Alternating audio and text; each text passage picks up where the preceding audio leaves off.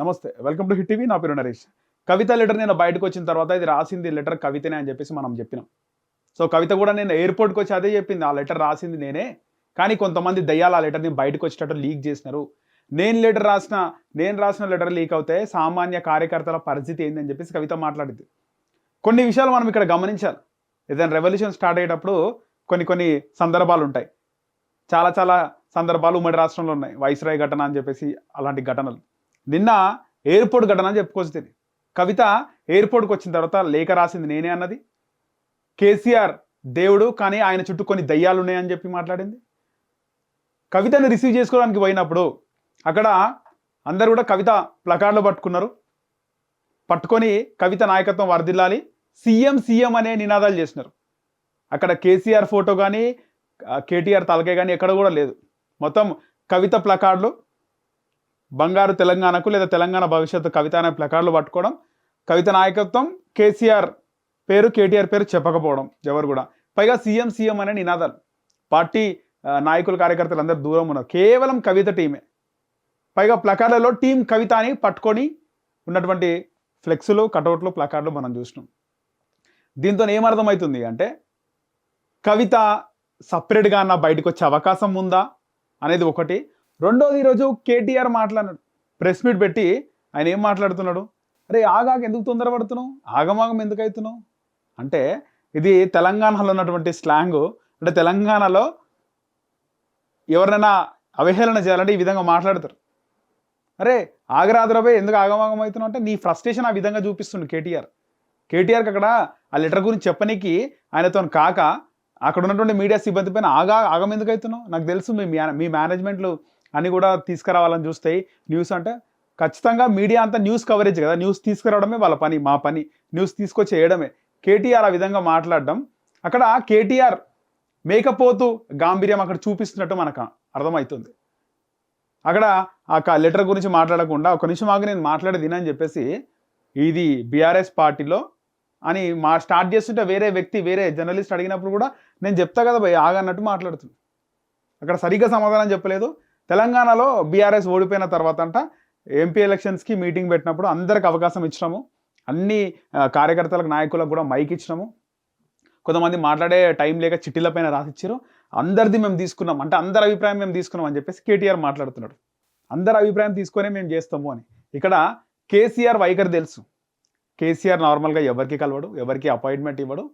Appointment ఇచ్చినా కలిసి వెళ్ళిపోవాల్సిందే కానీ సబ్జెక్ట్ వినడు. ఇక్కడ కవిత కూతురైనప్పటికీ కూడా కవితకు అపాయింట్మెంట్ ఇచ్చినా కలిసి వెళ్ళిపోవాల్సింది తప్పితే ఈ రాజకీయ విషయాలు సుదీర్ఘంగా చర్చించడు. ఏమైనా చర్చించాలంటే ఖచ్చితంగా కేటీఆర్ సమక్షంలోనే చర్చిస్తాడు. అన్న ఉండు కదా అని కేటీఆర్కే ఇంపార్టెన్స్ ఇస్తాడు, అందరికి తెలిసిన విషయమే. హరీష్ రావు కూడా కేటీఆర్ కింద పనిచేస్తా అన్నాడు. సో మొత్తము పార్టీ కానీ పార్టీ అధినాయకుడు ఇటు కేటీఆర్కి సపోర్ట్ చేస్తుండే కాబట్టే కవిత ఈ విధంగా లెటర్ రాసింది. మరోవైపు హరీష్ రావుకి ప్రజల్లో మంచి సంబంధాలు ఉన్నాయి, ప్రజలతో గ్రౌండ్లో పట్టుంది, పిఆర్ ఉంది, రాజకీయంగా మంచి అవగాహన ఉంది. ఆయన బీఆర్ఎస్లో కానీ ఇతర పార్టీలకు వెళ్ళినప్పటికీ కూడా హరీష్ రావుకి ఎక్కడికి వెళ్ళినా ఆయనకే ఉంటుంది. ఇటు కేటీఆర్ భవిష్యత్తులో ఆయన పార్టీ ప్రెసిడెంట్ అయితే, ఒక పార్టీ అధికారంలోకి వస్తే ముఖ్యమంత్రి అవుతారు. కానీ కవిత పరిస్థితి ఏంది? ఒకవేళ కేటీఆర్ని కాదని కవిత బయటికి వస్తే కనుక కవితకు క్యాడర్ వచ్చే పరిస్థితి లేదు, కవితకు ఎవరిచ్చే పరిస్థితి లేదనేది బీఆర్ఎస్ నాయకుల ఒక ఆలోచన. కానీ కవిత ఏది ఏమైనప్పటికీ కూడా కవిత ఒక స్టాండ్ మీద ఉంది. టీబీఆర్ఎస్ అని ఒక పార్టీ పెట్టాలనుకుంటుంది కవిత అని కూడా బయటికి కొన్ని వార్తలు వస్తున్నాయి. టీబీఆర్ఎస్ అంటే తెలంగాణ బీఆర్ఎస్ కాదు, తెలంగాణ బహుజన రాష్ట్ర సమితి. కవిత ఎప్పటి నుంచి అయితే జైలు నుంచి బయటకు వచ్చిందో ఆమె ఒక ఓసీ అయినప్పటికీ వెలమైనప్పటికీ కూడా ఆమె జ్యోతిరావు పులే విగ్రహం పెట్టాలన్నది, బీసీల మీటింగ్ పెట్టింది, గిరిజనుల కోసం మాట్లాడింది. సో మొత్తానికి అన్ని కులాలను కలుపుకొని పోతుంది కవిత. అందుకే టీబీఆర్ఎస్ తెలంగాణ బహుజన రాష్ట్ర సమితి అనే పార్టీ పెట్టాలని చెప్పేసి కవిత అనుకుంటుంది. ఇంటర్నల్గా ఇక్కడ పార్టీలో మనం మాట్లాడుకున్నాం ఆల్రెడీ. కవితకు తెలంగాణ వచ్చిన తర్వాత, తెలంగాణ ముందు అంత యాక్టివ్గా ఉన్న కవితకు తెలంగాణ వచ్చిన తర్వాత ఆమె మంత్రి కాలేకపోయింది. ఆ బాధ ఆమెకుంది. మళ్ళీ అయిదామంటే ఖచ్చితంగా కేటీఆర్ ముఖ్యమంత్రి అవుతాడు, నాకేంది అనేది కవిత ఆవేదన ఉంది. పైగా జైలుకి వెళ్ళి వచ్చిన తర్వాత కూడా కవితతో కేసీఆర్ దూరంగా ఉన్నాడు, నామకే వాస్తే ఒకసారి కలిసినాడు, కానీ కవితని దూరంగానే పెడుతున్నారు అని. మరోవైపు బీఆర్ఎస్ నాయకులు మాట్లాడుతున్న మాట ఏంటంటే కవితను కావాలనే దూరం పెడుతున్నారు, ఎందుకంటే లిక్కర్ స్కామ్ మరక మళ్ళీ అంటొద్దు పార్టీకి అని. సో దూరం పెడుతున్న ఆమెకు అర్థమైంది, ఆమె సపరేట్గా తిరుగుతుంది, తెలంగాణ జాగృతి పేరుపైనే సభలు, సమావేశాలు, నిరసన కార్యక్రమాలు అన్నీ కూడా చేస్తుంది. ఈరోజు కేటీఆర్ మాట్లాడింది అయితే నిజంగా కేటీఆర్ మాట్లాడడానికి అసలు ఆయన లెటర్ గురించి క్లియర్ కట్గా మాట్లాడడానికి ఆయనకు రావట్లేదు అనేది ఇట్టే మనకు అర్థమైపోతుంది. లెటర్ గురించి ఉన్నట్టుగా చెప్పలేకపోతున్నాడు. పార్టీలో ప్రజాస్వామ్య పార్టీది, డెమోక్రసీ ఉంది పార్టీలో, అందరూ కూడా మాట్లాడొచ్చు, అందరూ లెటర్ ఇవ్వచ్చు అనే విధంగా మాట్లాడుతున్నారు. కానీ కవిత కోసం నేరుగా మాట్లాడలేదు. ఎవరైనా క్వశ్చన్స్ వేస్తే దానికోసం నేను మాట్లాడలేను అని కూడా కేటీఆర్ చెప్తున్నాడు. బీఆర్ఎస్లో కోవటులు ఉన్నారు, అయినా మాది ప్రజాస్వామ్య పార్టీ, మా నాయకుడికి లేఖలు రాయడం సహజం, సమస్యలుంటే అంతర్గతంగా చర్చించమంటే మంచిది. కవితకు పరోక్షంగా కేటీఆర్ స్పీడ్ వార్నింగ్ లేఖ అంశాన్ని ప్రస్తావించిన మీడియా. ఇక్కడ ఏమంటుండో, అయినా మాది ప్రజాస్వామ్య పార్టీ, బీఆర్ఎస్లో కోవట్లు ఉన్నారు, కోవట్లు ఉండడమే కాదు ఇట రేవంత్ రెడ్డి కోవట్లు ఉన్నాడు అంటుండు. ఇట గొడవ అవుతుంది, వీళ్ళ ఇంట్లో గొడవ, ఈయనకు వాళ్ళ సిస్టర్కి గొడవ అవుతున్నప్పుడు బీఆర్ఎస్లో కేసీఆర్ దేవుడు అయితే ఆ దేవుడు చుట్టూ కొన్ని దయ్యాలు ఉన్నాయని చెప్పింది. చెప్పాలనుకుంటే బీఆర్ఎస్ కేసీఆర్ దేవుడు, మా అన్న కూడా దేవుడు, హరీష్ రావు గారు కూడా దేవుడు, కానీ మిగతా దయ్యాలు ఉన్నాయని చెప్పొచ్చు కదా. కేసీఆర్ దేవుడు, కానీ దేవుడు చుట్టూ కొన్ని దయ్యాలంటే ఆ సంతోష్ రావు ఉంటాడు, ఇక్కడ కల్వకుంట్ల తారక రామారావు, హరీష్ రావు, వీళ్ళే ఉంటారు. అందరు తెలిసిన విషయమే. కవిత కుండ బద్దలు కొట్టేసింది. ఎవరు అవునన్నా కాదన్నా కేసీఆర్ చుట్టూన్న దయ్యాలంటే కేటీఆర్, హరీష్ రావు, ఆ సంతోష్ రావు. కానీ ఇక్కడ కేటీఆర్ ఏం చెప్తుండు, తెలంగాణకు శని కాంగ్రెస్, తెలంగాణకు పట్టిన దెయ్యం రేవంత్ రెడ్డి అంటున్నాడు. అరే ఇక్కడ నువ్వు మీ చెల్లెకు కొట్లాట అయితే రేవంత్ రెడ్డిని ఎందుకు తీసుకొస్తారు మధ్యలోనే అందరికి కూడా డౌట్. ఆ కామెంట్లు అన్నీ అవే వస్తున్నాయి. నీకు మీ చెల్లెకు కొట్లాడైంది, మీకు మీ చెల్లె నువ్వు ఇంట్లో మాట్లాడుకోవాలి, మీ ఇది రచ్చకెక్కక ముందుకే ఇంట్లో మాట్లాడుకోవాలి, లేకపోతే ఆంధ్రప్రదేశ్లో జరిగిన ఘటన మళ్ళీ జరుగుతుంది తెలంగాణలో. మీ ఇద్దరు గొడవ పెట్టుకొని రేవంత్ రెడ్డిని ఎందుకు అవుతారు? నువ్వు పండుకున్నా కూడా రేవంత్ రెడ్డిని యాడ్ చేసుకుంటున్నావా? నిద్రలో కూడా కేటీఆర్ అంటే రేవంత్ రెడ్డి దెయ్యమని అంటున్నావు. అంటే రేవంత్ రెడ్డిని మర్చిపోతలేడు కేటీఆర్ అనేది చాలామంది మాట్లాడుతున్నారు. మా పార్టీలో కోవట్లు ఉండొచ్చు, అన్ని పార్టీలో రేవంత్ రెడ్డి కోవట్లు ఉన్నారు, సమయం వచ్చినప్పుడు వారంతా బయటపడతారని బీఆర్ఎస్ వర్కింగ్ ప్రెసిడెంట్ కేటీఆర్ సంచలన వ్యాఖ్యలు చేశారు. పార్టీలో ఏ హోదాలో ఉన్నవారైనా అంతర్గతంగా విషయాలు అంతర్గతంగా మాట్లాడితేనే మంచిది. ఈ సూత్రం అందరికీ వర్తిస్తుంది. పార్టీలో అందరం కార్యకర్తలమే, అందరూ సమానమే. ఇవాళ హైదరాబాద్ తెలంగాణ భవన్లో బీఆర్ఎస్ నేతలతో కలిసి ఆయన మీడియాతో మాట్లాడినారు.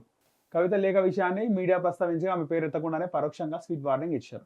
బీఆర్ఎస్లో ప్రజాస్వామ్యం ఉందని, పార్టీ నాయకులు ఎవరైనా తమ అధ్యక్షుడిని తమ సూచనలు, సలహాలు ఇక అన్ని ఇదంతా స్క్రిప్ట్ ఇదంతా చెప్తారు కదా. ఎట్లయినా తెలంగాణకు పట్టిన దెయ్యం రేవంత్ రెడ్డి అయితే ఈ రాష్ట్రానికి పట్టిన శని కాంగ్రెస్ అన్నారు. చూసినావు కదా, ఇక్కడ వాళ్ళు కొట్లాడుకొని నీకు మీ చెల్లకి ఇంటర్నల్గా ఆధిపత్య పోరుంది పార్టీలో, నాయకత్వ పోరున్నప్పుడు రేవంత్ రెడ్డిని మధ్యలో లాగి ఇదంతా డైవర్టింగ్ పాలిటిక్స్ అంటారు కదా, అంతర్గతంగా మాట్లాడితేనే బాగుంటుంది.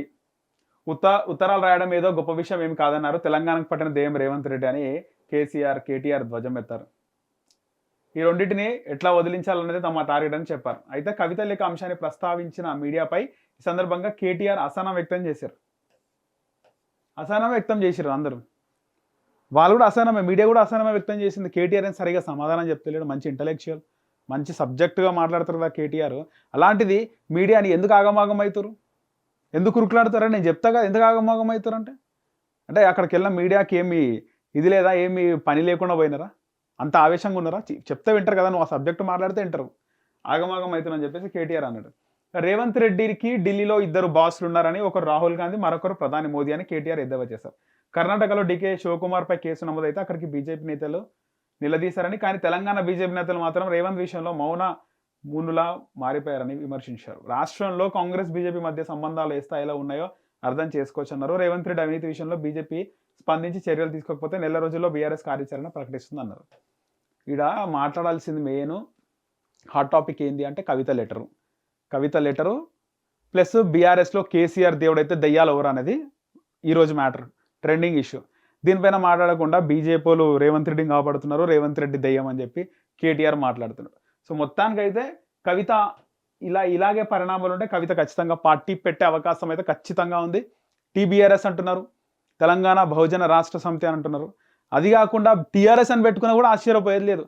తెలంగాణ రాష్ట్ర సమితి టీఆర్ఎస్ ఈ జెండాతోనే, ఈ పేరుతోనే తెలంగాణ సాధించుకున్నాం, ఇది అసలు సిసలైన తెలంగాణ జెండా, తెలంగాణ పార్టీ, తెలంగాణ అంటే టీఆర్ఎస్ అంటే తెలంగాణ, ఇదే అని చెప్పేసి కవిత కనుక పార్టీ పెడితే అసలు వచ్చే ఎన్నికల్లో నాటికి ఒక్కొక్క మైండ్ బ్లాక్ అయిపోతుంది, అసలు ఏం చేయాలో పరిస్థితి అర్థం కాదు.